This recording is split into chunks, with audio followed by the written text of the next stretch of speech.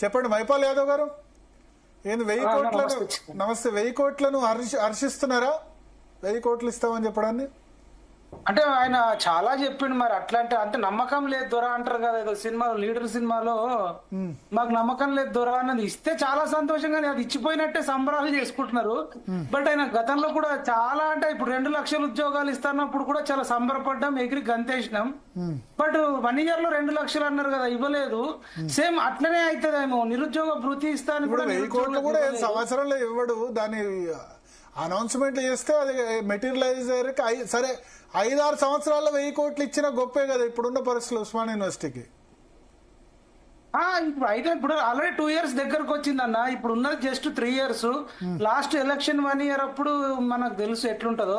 ఇప్పుడు మిగిలింది just 2 years.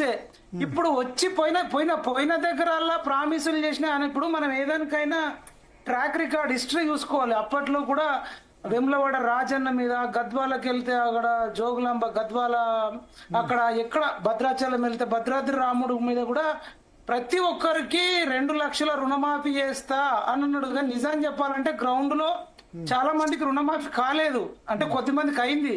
Same మేమేమంటున్నామంటే ఇప్పుడు ఆయన చెప్పినవన్నీ నిజాలు అవుతాయి అనేది అయితే మాకు నమ్మకం.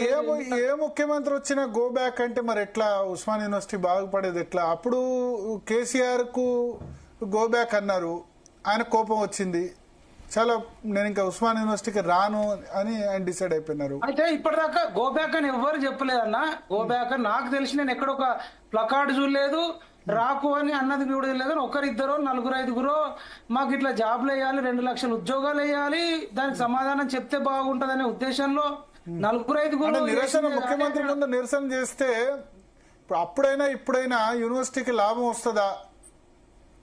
ఇప్పుడు మన ముఖ్యమంత్రులు యూనివర్సిటీకి రావాలంటే భయపడుతున్నారు. భయపడే విధంగా పరిస్థితి తెస్తే మంచిది ఆ సిస్టమ్. భరత్ అన్న ఇప్పుడు వచ్చి 2 సంవత్సరాల దగ్గరకు వస్తుంది.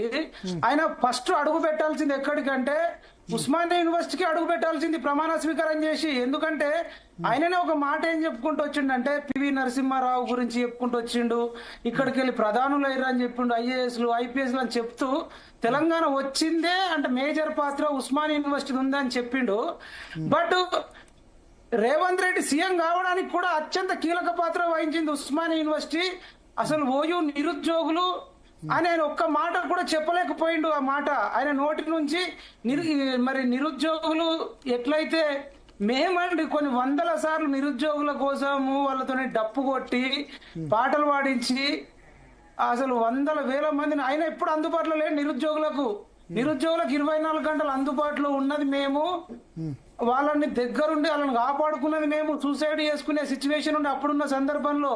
కానీ ఈ రోజు ఒక్క నిరుద్యోగి గురించి, కష్టపడ్డ ఒక్కోడు గురించి కూడా ఆయన ఎక్కడ ప్రస్తావన ఎత్తింది లేదు. రేవంత్ రెడ్డి కంటే ఎక్కువ కష్టపడ్డది ఉస్మానియా యూనివర్సిటీ. కానీ ఇలా ఆయన కనీసం ఆయనకు కృతజ్ఞత అయితే లేదండి. ఇవాళ చెప్పారు కదా తెలంగాణ అంటే ఉస్మానియా యూనివర్సిటీ, ఉస్మానియా యూనివర్సిటీ అంటే తెలంగాణ పర్యాయ పదం అని చెప్పారు.